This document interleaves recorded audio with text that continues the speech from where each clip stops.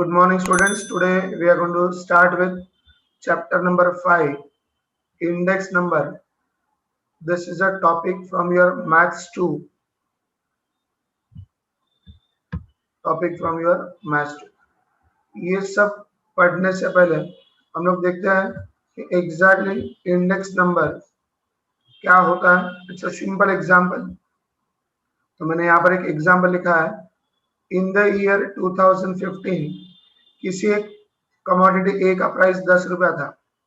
मान के चलते हैं ये पैस के दाम है या फिर आलू के दाम है. हम लोग मान के चलते कमोडिटी ए हमारा आलू है.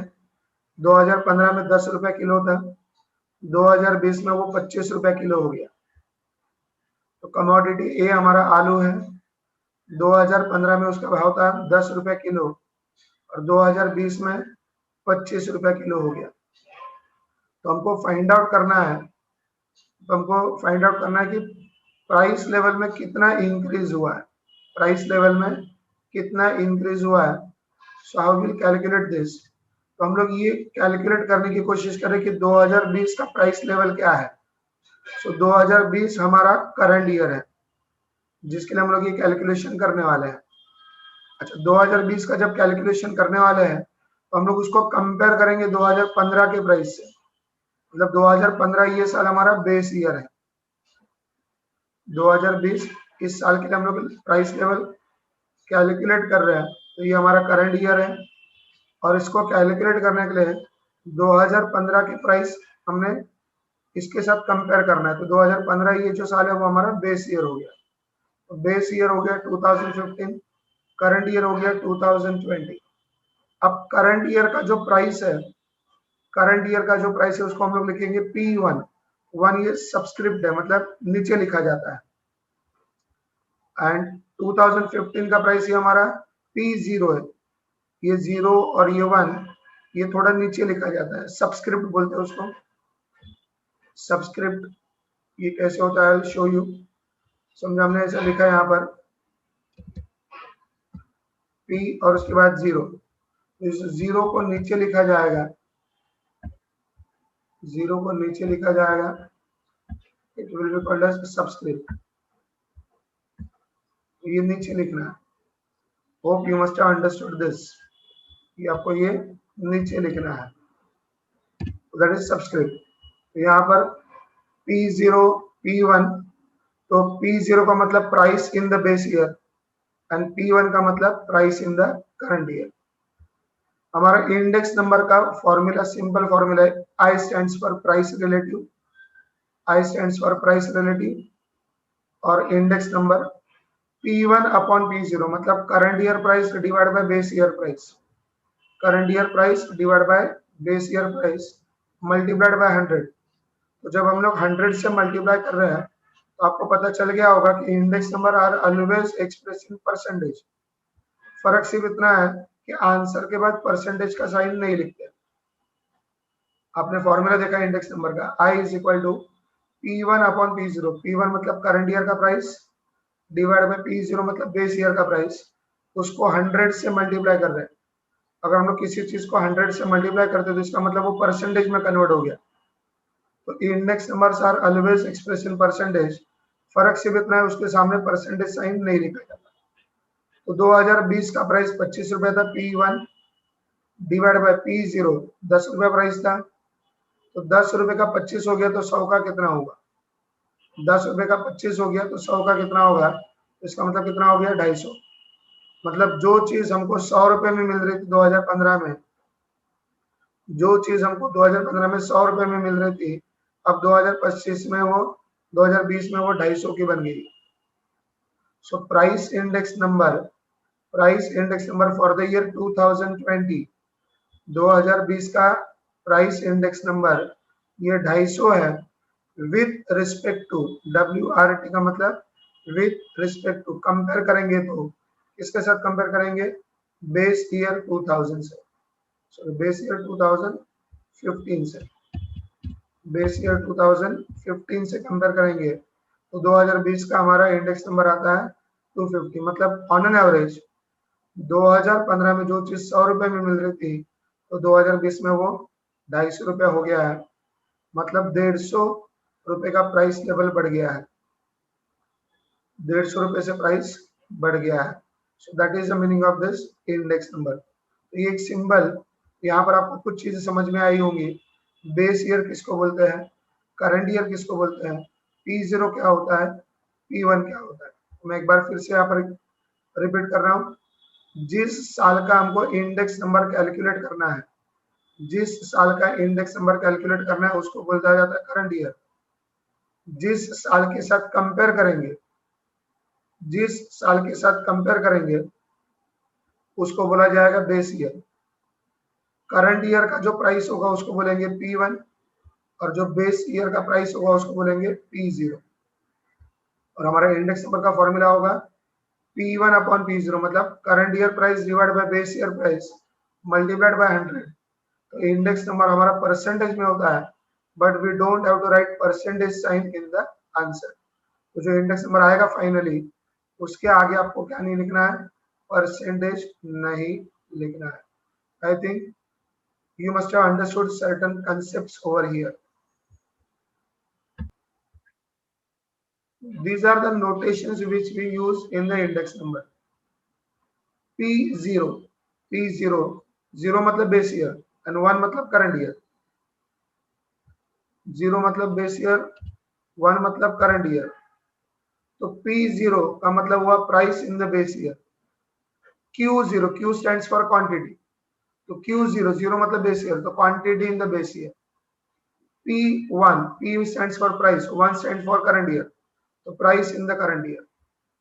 Q1, Q stands for quantity, 1 stands for current year, तो Q1 का मतलब quantity in the current year। तो P का मतलब होगा प्राइस, Q का मतलब होगा क्वांटिटी, 0 का मतलब बेस ईयर, 1 का मतलब current year. W, weights given to the commodity according to its relative importance। weights ये तो हम लोग थोड़ी देर बाद सीखेंगे, ये 5.2 में आएगा। weights जिसका जितना ज्यादा इंपॉर्टेंस होगा उसको हम लोग उतना ज्यादा weights देंगे। देखो आपके लाइफ में भी हर चीज का इक्वल इंपॉर्टेंस नहीं होता है। जैसे आप बच्चे होते हैं तो आपके लिए कुछ अलग चीजें मायने रखती हैं, जैसे आप ग्रोन अप हो जाते हो आपके लिए कुछ अलग चीजें मायने रखना चालू करते हैं। या फिर अगर हम लोग ऐसे बोलेंगे कि नॉर्थ में लोग गेहूं ज्यादा पसंद करते हैं, साउथ में राइस चावल ज्यादा पसंद करते हैं, सबका इंपॉर्टेंस अलग है। नॉर्थ में अगर हम लोग बॉलीवुड की बात करते हैं तो नॉर्थ साइड में slim 0 figure is the figure. अगर हम लोग साउथ की बात करेंगे तो फैट इज अ फिगर, मतलब हीरोइन जितनी मोटी होगी उतनी वो खूबसूरत होगी। नॉर्थ की बात करते हैं तो स्लिम या फिर 0 figure is the figure for Bollywood. आपने देखा होगा विद्या बालन ने जब डर्टी पिक्चर किया था, she has to put on, उसको वजन बढ़ाना पड़ा था क्योंकि वो साउथ की हीरोइन का रोल करने वाले थे। तो हर एक चीज में इंपॉर्टेंस अलग होता है। नॉर्थ साइड में अर्ली एज मैरिज होता है, मतलब लड़कियों की शादी है 18-20 मतलब बहुत ज्यादा हो गया। वही अगर आप साउथ में देखोगे तो 30 इज अ कॉमन, लड़की की शादी 28-30 में होती तो भी उनको कुछ अलग नहीं लगता, that is normal for them. तो ये सारे इंपॉर्टेंस है, हर एक के लाइफ में अलग अलग चीजों का महत्व होता है। तो according to that weights are assigned, according to that weights are importance is given। I stands for simple index number, also called as price relative। अभी हमने थोड़ी देर पहले I का फॉर्मूला देखा था, index number is equal to P1 upon P0 multiplied by 100। तो hope आपको ये नोटेशन समझ में आए होंगे। You must have understood the notations।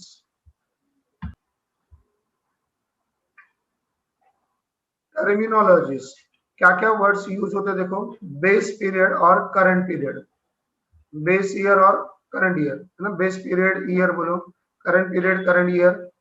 Base period कौन सा होगा, इट इज अ ईयर और period against which comparisons are made, जिसके साथ हम लोग कंपेयर करने वाले हैं। जैसे हमारे एग्जांपल में ये 2015 था, 2020 के प्राइस को हम लोग 2015 के साथ कंपेयर कर रहे थे, ये 2015 हमारा बेस ईयर हुआ, base period indicated by subscript 0, तो 0 लिखा जाएगा, सबस्क्रिप्ट में नीचे 0 लिखा जाएगा, तो वो base period. Current period, it is a present year और पीरियड और द ईयर और period for which index number is calculated.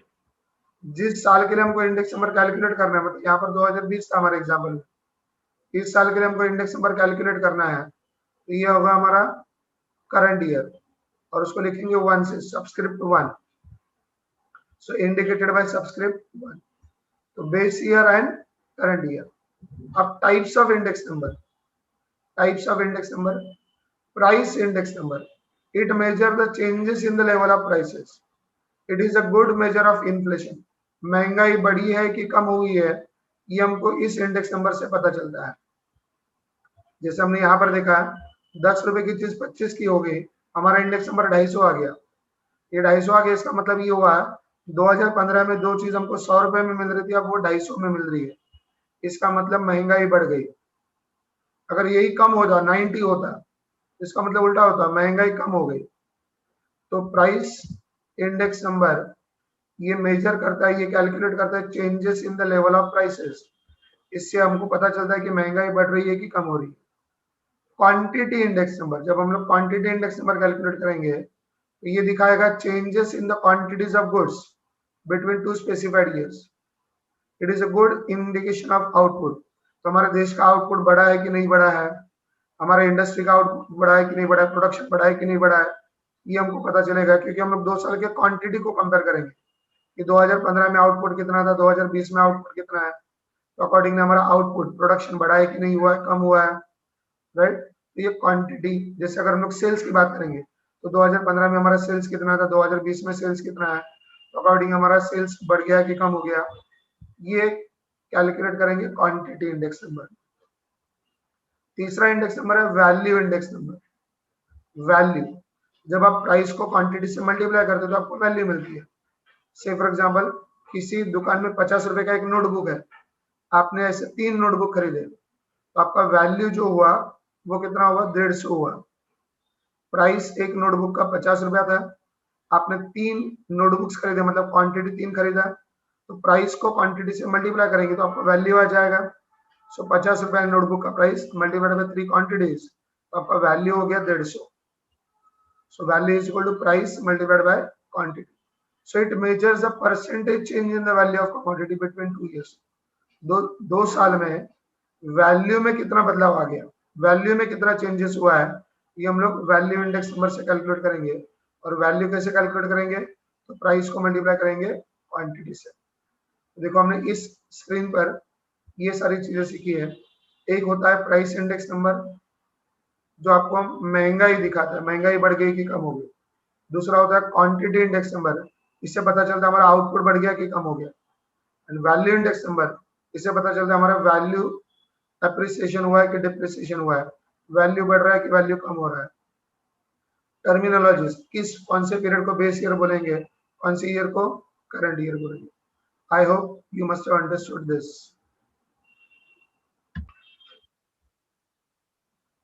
Examples, index number के बेस्ट एग्जाम्पल्स यहाँ पर है। एक है निफ्टी 50, आपने सुना होगा, if at all you are interested in share market. अब हमारे देश का शेयर मार्केट रिकॉर्ड हाई पर है, रिकॉर्ड हाई, मतलब कोरोना के बावजूद 1.5 साल से हमारा इकोनॉमी स्लैक है, बिजनेस डूब गया है, फिर भी शेयर मार्केट रिकॉर्ड हाई पर है, मतलब आज तक के हाईएस्ट लेवल पर है। अगर मैं नंबर्स की बात करूं तो 2008 में सेंसेक्स, जिसको बॉम्बे स्टॉक एक्सचेंज का इंडेक्स नंबर बोला जाता है, वो लगभग 8000 पर था। आज वो 50,000 के ऊपर है। मतलब आप ऐसे बोल सकते हो, जो 8000 था वो आज 50,000 है। मतलब जिस वक्त किसी शेयर का प्राइस अगर 8 रुपया है तो आज उसका 50 रुपया प्राइस होगा, मतलब लगभग 6 गुना बढ़ गया।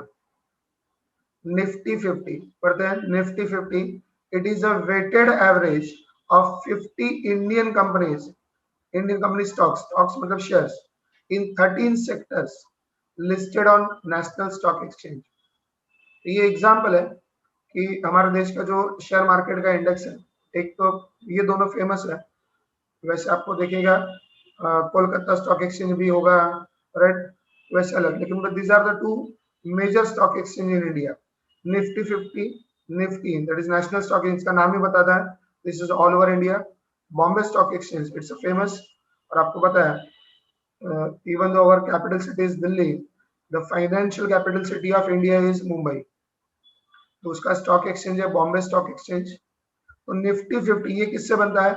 It's a weighted average, 50 Indian companies जो 13 अलग अलग सेक्टर्स में काम करते हैं, जैसे आईटी सेक्टर हो गया, फार्मा हो गया, ऑटो सेक्टर हो गया, मैन्युफैक्चरिंग हो गया, एफएमसीजी हो गया, एफएमसीजी मतलब फास्ट मूविंग कंज्यूमर गुड्स।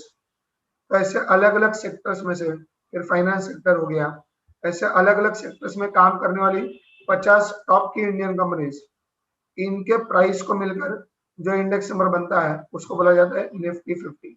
और ये सारी कंपनियां किसमें लिस्ट होती है? National stock exchange. सेंसेक्स, ये बॉम्बे स्टॉक एक्सचेंज को बोला जाता है, it is a weighted average of 30, यहाँ पर 50 है, यहाँ पर 30 कंपनियां हैं, well establish and financial sound companies listed on Bombay stock exchange. तो बॉम्बे स्टॉक एक्सचेंज में जो कंपनी लिस्टेड है उसमें से सबसे टॉप लेवल की 30 कंपनियां, इन शेयर्स का भाव निकालकर उसका एवरेज निकालकर सेंसेक्स बनता है, इसका एवरेज निकालकर सेंसेक्स। अभी इसका मतलब ये नहीं होता है कि सेंसेक्स बढ़ गया मतलब हर एक कंपनी का शेयर्स बढ़ गया होगा। जैसे आपने देखा होगा आपका मार्क्स का परसेंटेज होता है, अगर समझो आपको 10th में 85% मार्क्स मिला है, इसका मतलब ये नहीं कि आपको सारे सब्जेक्ट में 85 मिला है, किसी में 85 से ज्यादा भी होगा, किसी में 85 से कम भी होगा, but on an average you got 85। That is the example of, that is the meaning of index, कि इंडेक्स बढ़ रहा है इसका मतलब ये नहीं कि सारे कंपनी के शेयर्स बढ़ रहे हैं, कुछ कंपनी के शेयर्स गिरेंगे भी, कुछ कंपनी के शेयर्स बढ़ेंगे भी। चलो एक एग्जांपल देख लेते हैं, जो कि यहाँ पर मैंने टाइप किया सेंसेक्स टुडे, तो ये आज का सेंसेक्स है 1 जून 2021 का। सेंसेक्स हमारा 51,900 पर चल रहा है, ये -35 मतलब सेंसेक्स गिर चुका है 35 नंबर से, परसेंटेज वाइज 0.074। अभी हर सेकेंड में हर मिनट में ये चेंज होता है।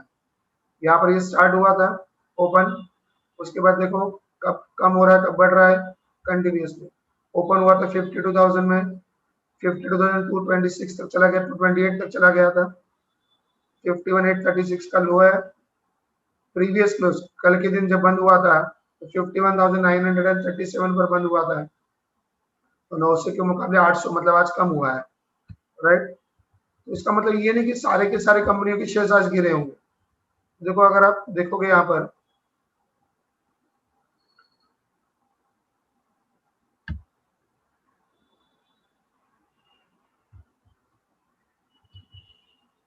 आपको कुछ न्यूज मिलेगी यहाँ पर,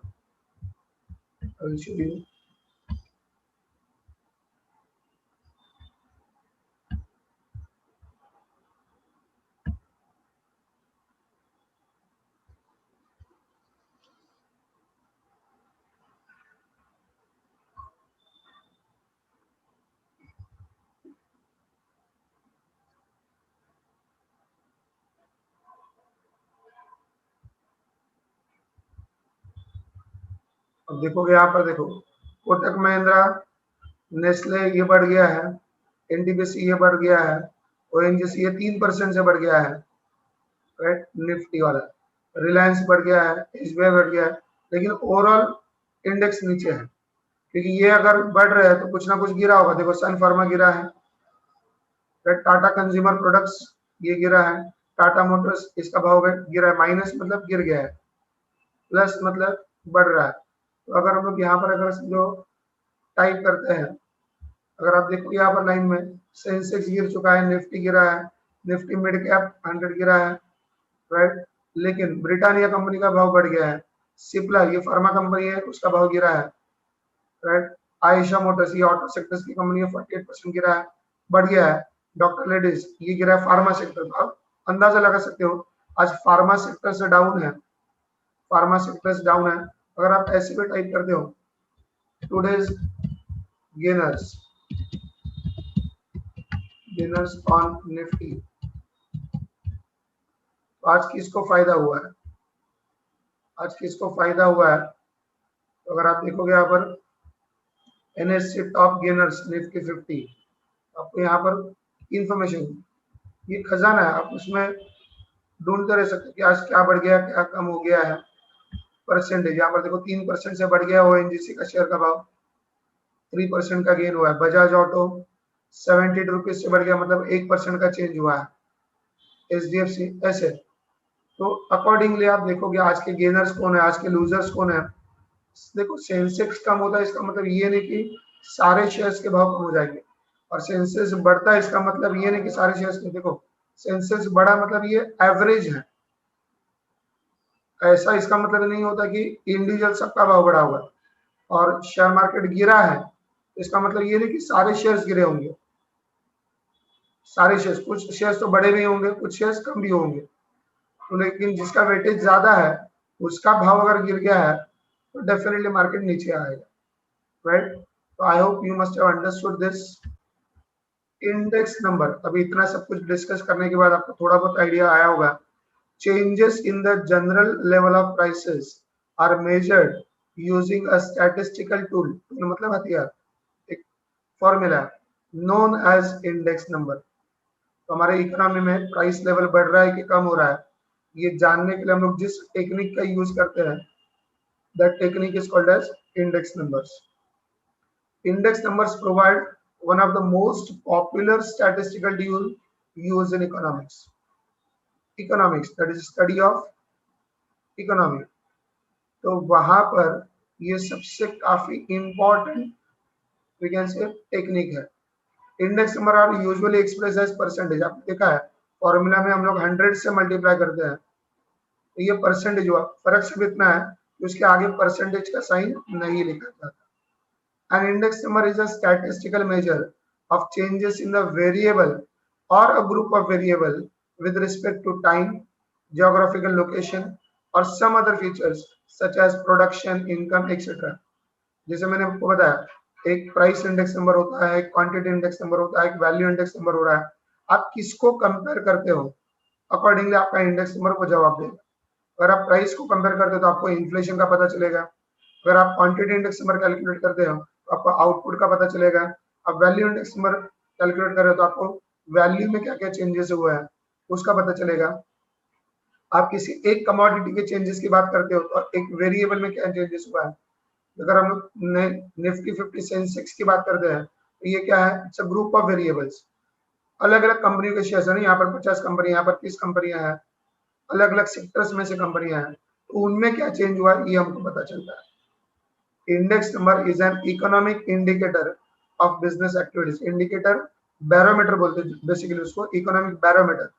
जैसे हमको बुखार आया है कि नहीं आया हम लोग ये थर्मोमीटर से चेक करते हैं, वैसे हमारी इकोनॉमी में क्या चेंजेस हुआ है उसको कंपेयर करने के लिए जिस इंस्ट्रूमेंट का यूज किया जाता है उसको इंडेक्स नंबर बोलते हैं। Index number is an economic actually barometer. तो मैंने यहाँ पर एक सिंपल वर्ड यूज किया indicator. Economic index number is economic barometer of business activities. जैसे हम लोग हमारा बुखार चेक करने के लिए थर्मोमीटर यूज करते हैं, राइट, ऑक्सीजन लेवल चेक करने के लिए ऑक्सीमीटर यूज करते हैं, वैसे हमारे इकोनॉमिक्स को बुखार आया है कि नहीं आया वो चेक करने के लिए हम लोग जो इंस्ट्रूमेंट यूज करते हैं that is index number. So index number is an economic barometer of business activities. I hope आपको ये पूरा स्क्रीन अभी समझ में आया होगा। Construction of index numbers, construction of index numbers. Index number are constructed by the following two methods. Index numbers are constructed by the following two methods. एक है सिंपल एग्रीगेट मेथड, एग्रीगेट मतलब total, तो simple total method, simple aggregate method, ये हमारा exercise 5.1 पूरा इस पर ही है। और दूसरा है weighted aggregate method, exercise 5.2 and 5.3, मतलब टोटल 3 एक्सरसाइज है, 5.1, 5.2 एंड 5.3, और बाद में लास्ट में मिसलेनियस, इन दोनों को मिलाकर। सिंपल एग्रीगेट मेथड में मतलब 5.1 में ये 3 मेथड है। पहला है simple aggregate method to find price index number, दूसरा है simple aggregate method to find quantity index number, तीसरा है simple aggregate method to find value index number. तो बेसिकली दो मेथड है, simple aggregate and weighted aggregate. उसमें से simple aggregate में 3 मेथड है, simple aggregate method to find price index, दूसरा क्वांटिटी इंडेक्स और तीसरा वैल्यू इंडेक्स।